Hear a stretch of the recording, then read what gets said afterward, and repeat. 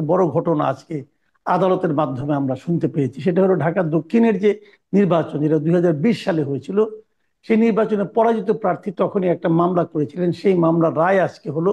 এবং ইশরাক সাহেবকে, জনাব ইশরাক হোসেন, তাকে ঢাকা দক্ষিণের মেয়র হিসাবে নির্বাচিত বলে ঘোষণা করেছে আদালত। তো এখন এটা নিয়ে একটা নতুন ধরনের আলোচনা হচ্ছে। আপনি এটা সম্বন্ধে আমার ধারণা ডিটেল একটু আমাদেরকে বুঝিয়ে বলবেন যে এটা আসলে ইশাক সাহেবের কি লাভ হলো, রাজনীতির কি লাভ হলো, ঢাকা দক্ষিণের জনগণের কি লাভ হলো, সব মিলে আপনি এটা নিয়ে কিভাবে দেখছেন? আমার কাছে এটা কমপ্লিট একটা হাস্যকর মনে হচ্ছে। হাস্যকর, হয়তো অনেকে হয়তো রেগে যাবেন কেন হাস্যকর। হাস্যকর হচ্ছে যে অলমোস্ট এর মেয়াদ শেষ হয়ে গেছে। এটা ফেব্রুয়ারি 2020 সালে নির্বাচন হয়েছে। সেই হিসাবে 5 মাস চলে, এই 5 বছর চলে গেছে। কিন্তু এতে যে নিয়মটা হচ্ছে শপথ গ্রহণ বা প্রথম বৈঠক থেকে যে হয়, সেই হিসাব যদি করি, কোভিড এর কারণে তারা কয় মাস বসতে পারে নাই, তাহলে হয়তো জুন পর্যন্ত চলে। তো এখন ইলেকশনের, জুন যদি চলে, জুন শেষ হওয়ার আগেই তো ইলেকশনের প্রস্তুতি শুরু হয়ে যায়, ইলেকশন ডিক্লেয়ার শুরু হয়ে যায়। তো সেই দিক থেকে এটা হচ্ছে হাস্যকর এই কারণে যে যখন একটা মেয়াদই শেষ হয়ে গেল, সেই কালে এসে এই রেজাল্ট দেওয়ার কোনো মানে নেই। দ্বিতীয়ত হচ্ছে যে এই আপনার ইশরাক চেয়েছিলেন যে এটা নির্বাচন বাতিল করা এবং পুনর্নির্বাচন করা। সেই জায়গায় তাকে পুনর্নির্বাচন বাতিলের প্রশ্নে না গিয়ে সরাসরি বসিয়ে দেওয়ার যে রায়টা আসলো, সেখানে এই যে আইন আদালত এবং বিশেষ করে আমাদের নিম্ন আদালত এর উপর সরকারের যে একটা প্রচন্ড আহ প্রভাব রয়েছে, সেটা আবার প্রমাণিত হয়েছে। কারণ সরকারের ইচ্ছা ছাড়া এটা হয়নি। এবং নিম্ন আদালতের প্রতি মানুষের বিশ্বাস কমে যাচ্ছে। আমি নিম্ন আদালত কেন বলবো, উচ্চ আদালতের প্রতি মানুষের আজকের কোনো বিশ্বাস নাই।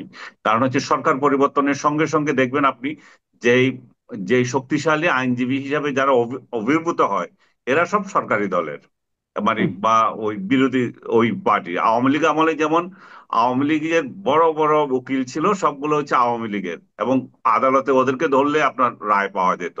এখন একই অবস্থা, বিএনপির উকিলদের ধরলে আপনি রায় পাবেন। তো এই এই জায়গায় এসে আদালতের যে একটা মর্যাদা, আদালতের প্রতি যে মানুষের বিশ্বাস, বিশ্বাসের জায়গাটা কমে গেছে। এখন আসেন লিগ্যাল প্রশ্নে, যে এই এই ইশরাক আসলে নির্বাচিত হওয়ার মতো ছিল কিনা। আমি কোনোভাবে, এটা এটা ইয়েতে হয়েছিল, আপনার মনে আছে, এটা জি। ইভিএম এর মাধ্যমে নির্বাচন হয়েছে। আমি নিজেও সেই নির্বাচনে এই নির্বাচনে ভোট দিয়েছি, কারণ আমি এই এই ঢাকা দক্ষিণের এই বসবাস করি এখানে। তো সেই নির্বাচন এমন একটা পরিবেশে হয়েছে, এটা কোনো, মানে চোখ বন্ধ করে বলা যায় যে ইশরাকের পক্ষে ছিল না সেটা। সেটা আহ তাপসের পক্ষে ছিল। ইভেন আমি কাকে ভোট দিচ্ছি সেটাও তাপসের লোক ভোট কেন্দ্রে এই যে পদ্মাকে এভাবে সরিয়ে দেখছে। তো তাহলে বোঝা যাচ্ছে যে ওই তার প্রভাব কতটুকু, কেন্দ্রগুলোতে কিভাবে দখল ছিল। ভোটের ব্যবধান আমরা দেখি যে প্রায় 2 লক্ষর মতো। এখন তাপসের যে জনপ্রিয়তা ছিল না, সেটাও আমরা বলতে পারি না। এই নির্বাচন যদি আসলেই ফেয়ার হতো, হাড্ডাহাড্ডি লড়াই হতো, হয়তো তাপসের জিতারও সম্ভাবনা ছিল। কিন্তু ইলেকশনটা যে ফেয়ার হয়নি, এই জায়গায় আমাদের কোনো সন্দেহ নাই। ইশরাক ইশরাক যে একজন জনপ্রিয় প্রার্থী ছিলেন, এই তার তো জনপ্রিয়তা যাচাইয়ের সুযোগই হয়নি। তো সেই জায়গা থেকে আমি যদি বলি যে এই এটা ন্যায্য হয়েছে কিনা, আমি বলবো যে এটা এটা খুব ন্যায্য হয়নি, এই রায়টা ন্যায্য হয়নি। কারণ ইশরাকেরও জেতার সম্ভাবনার মতো ছিল, আর তাপসেরও জেতার সম্ভাবনা, তারা যে কেউ জিততে পারতেন। এটা এমন না যে আহ, কারো বিজয়কে খুব, মানে নগ্নভাবে চিনিয়ে নিয়েছে।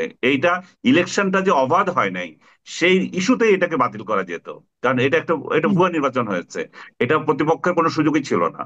আর আপনি যদি দেখেন একই কায়দায় চিটাগং এ হয়েছে, তাই না? কিন্তু জি। চিটাগং এ একটু নগ্নতা কম ছিল, এই জন্য যে চিটং এর যে এখন যিনি মেয়র হলেন, উনার মেয়াদ আরো 1 বছর আছে। ওই 5 বছর হয়নি। 5 বছর না হওয়ার আগেই উনি এই সুযোগটা পেলেন। সেখানেও একই কায়দায় ভোট হয়েছে। ভোটে বিএনপি প্রার্থী নাস্তানাবুদ হয়েছে। তাকে আহ, মানে ভোট কেন্দ্রগুলোতে যেভাবে জালিয়াতি করেছিল, এই জালিয়াতির মাধ্যমে, জালিয়াতি বলবো না আমি, এটা প্রভাব খাটানো, এটা প্রভাব জি। খাটিয়ে, মানে ভোট কেন্দ্র দখল জাতীয় কাজকর্ম করে বিএনপি প্রার্থী সেখানে পাত্তা পায় নাই। কিন্তু আপনি যদি এখন আরেক প্রশ্নে আসেন, এই বর্তমান সরকার কি করে এই ইলেকশন এগুলোকে বৈধতা দেবে, এই এই মেয়রদের কিভাবে বৈধতা দেবে? কারণ আপনার মনে আছে যে এটা গত বছরেই এরা এরা ক্ষমতা আসার পর পরেই বা 2 এক মাস পরেই এই সিটি কর্পোরেশন নির্বাচনগুলো এই বাতিল করেছিল। এবং মেয়রদেরকে বাতিল করেছিল, আমি জানি না কাউন্সিলরদেরকে রেখেছিল কিনা, সম্ভবত না, তারা কাউন্সিলর বাতিল হয়েছে, তারা তারাও বাতিল। বাতিল হওয়ার কথা। হ্যাঁ, জি। একসঙ্গেই তো বাতিল হওয়ার কথা। জি। তারা ইউনিয়ন পরিষদে সম্ভবত রেখেছে, আর সবগুলো উপজেলা উপজেলা শহর সব মেয়র গুলো সব বাতিল করেছে। মানে ছোটখাটো যে পৌরসভাগুলো ছিল ওগুলো ওরা তো এখন মেয়র, ওদেরকেও হুম। বাতিল করেছে।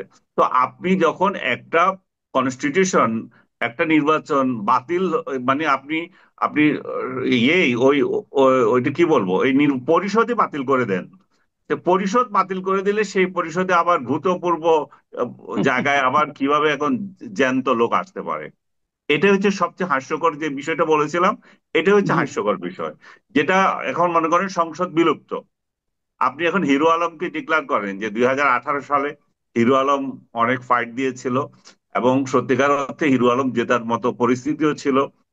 কারণ হুম। এই যে ক্যান্টনমেন্টের মতো জায়গায় যদি হিরো আলম জিতে, আপনি বুঝে দেখেন যে ক্যান্টনমেন্ট থানা কেন্দ্রে যদি হিরো আলমের মতো জিততে, তাহলে যে কেউ এখানে হিরো আলম যে জিততে পারতো না সেটা আমরা কেউ বলতে পারি না। যদিও এটা গণতন্ত্রের জন্য মানে বলবেন যে ঠিকই আছে, কিন্তু একটা সংসদের জন্য বড় ধরনের অপমাননা হতো এটা।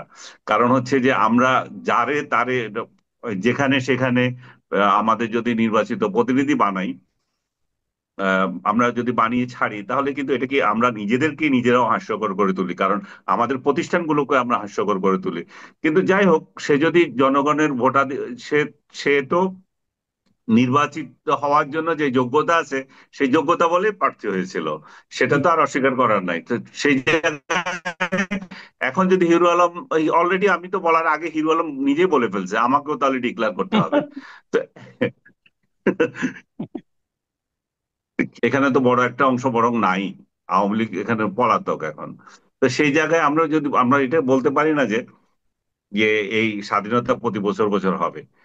বিএনপি কে যদি এটা কটাক্ষ করে থাকে, তার রাজনৈতিক রেটরিক ইয়েতে তারা এটা করেছে, আমি এটাকে খুব গুরুত্ব দিতে চাই না। কিন্তু একটা দলের প্রধান হিসাবে এই ইস্যুটাকে যদি তারা যদি মানে 5 অগাস্ট কে বেশি যদি কসলায়, তাহলে এটা কিন্তু তাদের উপরেই যাবে। যে 5 আগস্টকে মানে স্বাধীনতা বলা, এবং স্বাধীনতা বলে বলে এটাকে একবারে তিতা করে দেওয়া, এবং 71-কে ভুলে যাওয়ার যে প্রচেষ্টা যেগুলো হচ্ছে, যে বিশেষ করে জামাত সহ অন্যান্যরা, আপনি দেখেছেন নিশ্চয়ই জামাত